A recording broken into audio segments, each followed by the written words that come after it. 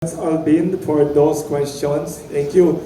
And also, may habang nagtatanong si Alvin, may nag-text dito na nanonood sa Facebook Live natin, saka sa Zoom. Ang tanong sa akin, Chairman, based on the complaint filed, ERC allegedly sat on a complaint to recalculate the rates of Meralco. Can you give us a background of this particular case cited by NASECOR? Sorry, wala kaming alam about this. Hindi ako technically, may nag-text lang na journalist sa Facebook. Bilib na bilib po ako talaga sa mga journalists. Alam na nila yung laman ng complaint. Ako po wala pa rin kopya nung Wala kayong, complaint. ay, hindi kayo marites, ma'am, ha? Opo.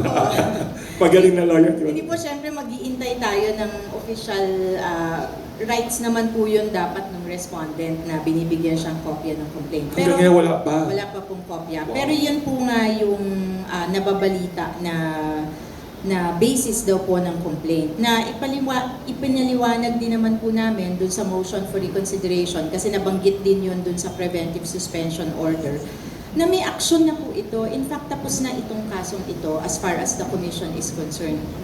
We acted on it on August 21 of this year. So, kung ang complaint po ay delay, siguro po may mga delay talaga dahil may prosesong pinagdaanan, pero tapos na po yung case. Very interesting. Any questions you have about